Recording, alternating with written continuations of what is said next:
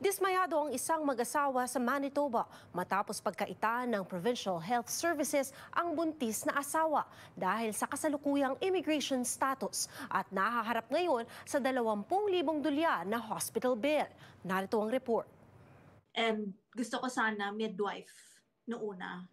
But then no one would accept me because they're all looking for health card. Even yung mga doctors here. Nakatakda ng mga anak ngayong buwan si Nika Worth. Nasa kasalukuyan, nakatira sa Winnipeg kasama ang Canadian citizen na asawang si Andrew. Dismayado ang mag-asawa matapos tanggihan ng probinsya ang health coverage para sa panganganak ng Pinay. Di raw kasi ito kwalipikado para makatanggap ng libreng serbisyong medikal sa Manitoba dahil sa kasalukuyang status.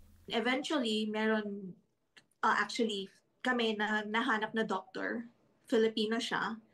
And she accepted me, my OBGYN, and then we've been paying out of pocket.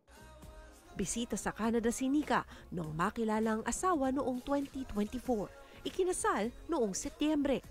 Halos 8 buwan nang nakabinbin ang permanent residency application sa ilalim ng Inland Spousal Sponsorship at kasalukuyang naka-extended visitor visa hanggang Nobyembre. And reach out to our Parliament, MLA, Premier ng place namin here in Winnipeg. But then they all couldn't help until now we decided to file an appeal sa Manitoba Appeal Board so that we wanted to fight for it na bigyan nila ako ng health card. During that hearing, they also suggested for me as 7 months or 8 months pregnant by that time to get a work permit. So sabi nila, even if I get a work permit and even if walang employer na mag-hire sa akin, okay lang.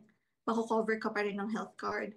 Dagdag niya, tumugon daw ang director ng registration para sa Manitoba Health na sasagutin nila ang health card ng sanggol pero hindi ang kay Nika. Ani Andrew, tila hindi raw patas na hindi eligible si Nika na magkaroon ng provincial health card di gaya ng mga asawa ng work permit holders. Just in Manitoba, for some reason in their law, they only allow if the spouse has a work permit, then their spouse with a visitor record can get health care. So it's not even the federal government, it's just what the province deems as a resident. Nakasaad sa government website ng probinsya, maaari lang maging kwalipikado para sa libreng provincial health services kung indigenous, Canadian citizen, permanent resident, may valid work permit, refugee, at naninirahan sa probinsya ng at least 183 days o 6 na buwan. Sumagi raw sa isipan nilang lumipat sa ibang probinsya, subalit nais daw nilang mapaligiran ng pagmamahal at suporta ngayong nalalapit na ang panganganak ni Nika.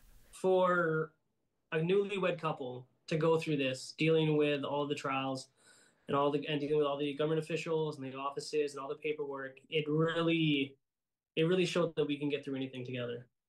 You know, in faith in God and together we can overcome anything. Nagsasagawa ng isang GoFundMe page ang mag-asawa na umaasa sa suporta ng komunidad habang patuloy pa ring hinahantay ang resulta sa kanilang immigration application.